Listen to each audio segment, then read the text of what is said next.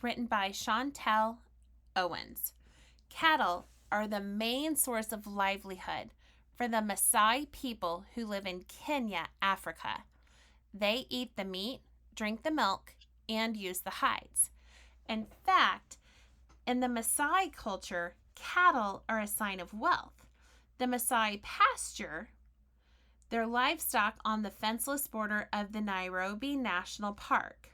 Caring for cattle on the edge of one of Africa's conservation parks is a huge challenge. The park is home to many wild animals, and the wide open plains host a variety of wildlife, including buffalo, giraffes, wildebeests, antelope, and zebras. Leopards, hyenas, and lions are the predators that follow these herds. The lion is the biggest threat to the cattle. The Maasai and the lions are enemies. Richard Churi grew up on the edge of the Nairobi National Park and understood firsthand the need to protect cattle from the lions who followed the migrating herds of the park and find them nearby as easy prey. At age 9, Richard began herding and safeguarding his father's cattle. By age 11, Richard had seen enough of his family's livestock eaten by lions. He needed to find a way to protect the cattle at night when they were in their boma. A boma is a livestock enclosure built of thorny acacia and other tree branches. He tried building fires, but that only helped the lions find the cows more easily.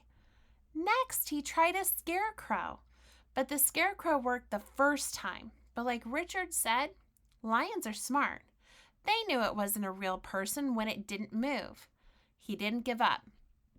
He knew that lions had to be afraid of something. He noticed that when he was walking around the boma at night with a flashlight, the lions didn't approach. The lions wouldn't come near the enclosure when someone was walking around carrying a flashlight. Lions were afraid of moving lights. Richard was always a curious boy. Often in his leisure time, his curiosity got him into trouble.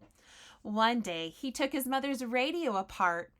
The day he took his mother's radio apart was one of those days. His curiosity helped him discover how electric circuitry worked. He tinkered with electricity and put lights and fans in their homes. He put his young, innovative mind to work. He wanted to build something that would keep the lions away. He attached a series of old LED flashlight bulbs so that the poles surrounding the bomas, the lights faced outward and away from the cattle. He wired them together to an old motorcycle indicator switch. He then wired this to a power switch, an old car battery. It was powered by a solar panel on the roof of his home. When turned on, the lights flashed intermittently. This gave the illusion of someone walking around the boma with a flashlight. It worked. The lions were afraid of the flashing lights. After Richard designed and installed his lion lights, his family's cattle were safe. They did not lose any more livestock to wild predators. His father was overjoyed, and his neighbors were amazed. Who would have thought that a series of flashlights could be so useful? Many of his neighbors wanted the lion lights. Richard's system is still used today. It is a renewable source of energy. And it's affordable, simple, and effective. Around 75 lion light systems have been installed in Kenya. His innovation not only protects the cattle, but also the lions. The fact that it didn't harm the lions was a big bonus. This caught the attention of Paula Kahumbo, a conservationist working to protect lions. With her help, Richard received a scholarship to one of Kenya's top schools. Richard has the will to succeed.